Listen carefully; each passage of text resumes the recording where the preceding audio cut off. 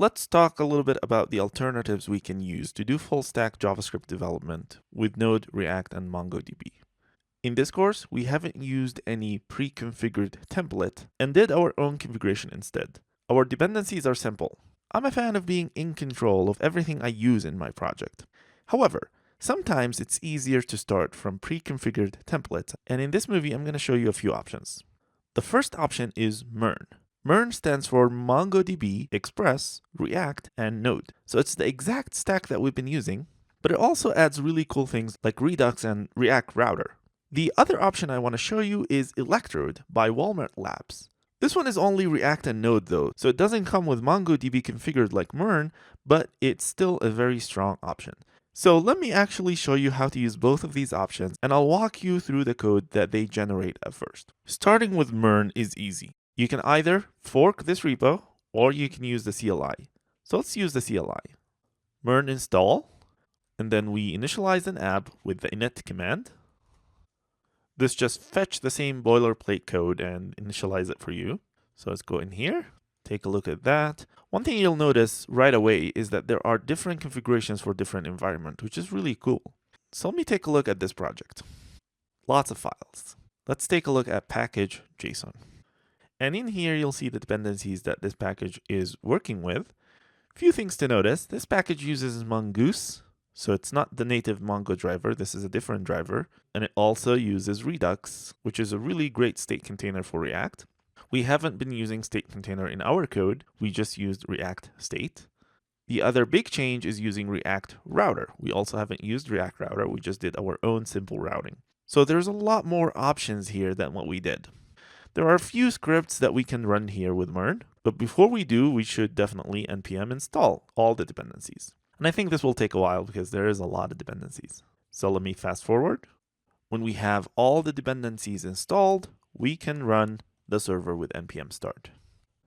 This command is going to do a few things, and it's actually a little bit slow on my machine, but you have to wait for the port. So now we see the port, and now we see the Webpack built. We're ready to test. To test, we go to localhost port 8000, and you'll see a starter blog here. This is the template that comes with MERN, and you'll see sample blog posts here, so we can navigate to them and go back. And this is actually server-side ready. They have the sync problem. That's unfortunate, but it's still server-side ready, so we can render this without JavaScript, which is really cool. It renders all the content. It doesn't render the CSS, but it renders all the content. And you can actually create a new post. Here's my new post, and it actually persists everything to MongoDB. So this is a fully working configuration with server-side rendering. Let me walk you through it a little bit. So the start script also uses NodeMon and runs index.js. This is how we track what's going on here. Index.js has two modes. There's production mode, and there's everything else. And for everything else, it registers Babel and runs the server file here. Let's go to the server file. The server file is where Express is configured, and also Mongoose and everything else. You'll see familiar lines like we did. This template uses Webpack div middleware for development. It also loads the dummy data that we've seen first, and then uses body parser, also uses the static middleware. And the API is under posts. And then it renders the initial HTML here directly. So let's take a look at the API. You would track posts here and look like posts is coming from routes, posts.routes. So let's take a look at that. Here's the API.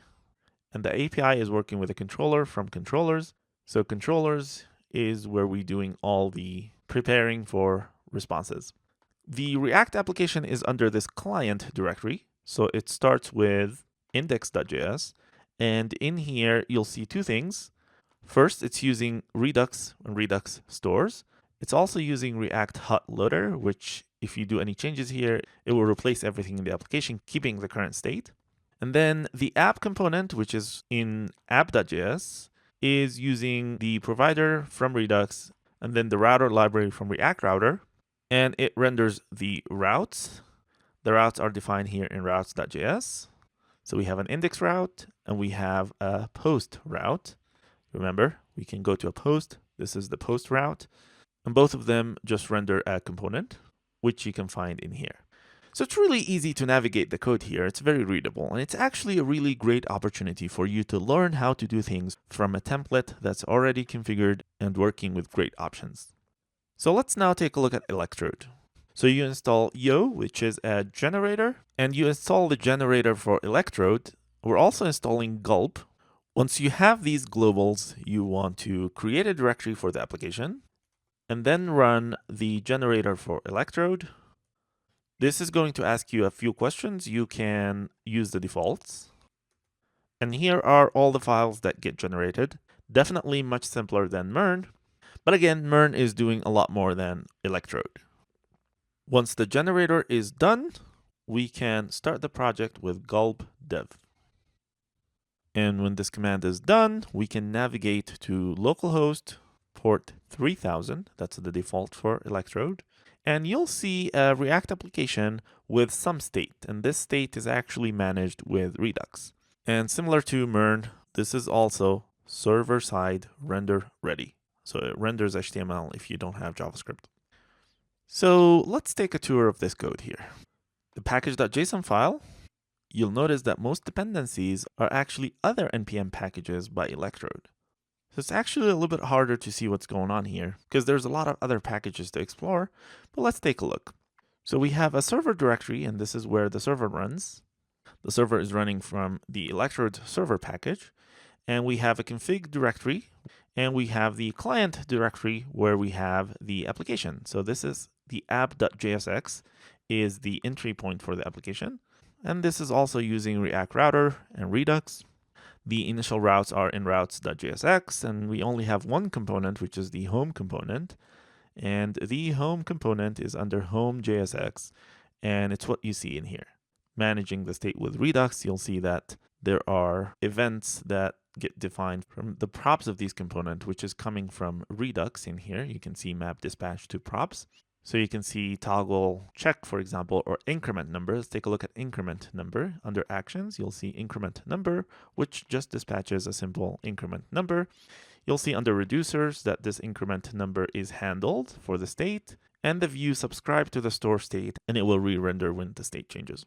So the client side here is actually much simpler to navigate. And by the way, Redux is an excellent next step after this course. So you want to take a look at Redux and see the value it offers. It's really simple to learn and use, and it's definitely a great next target to learn after this course.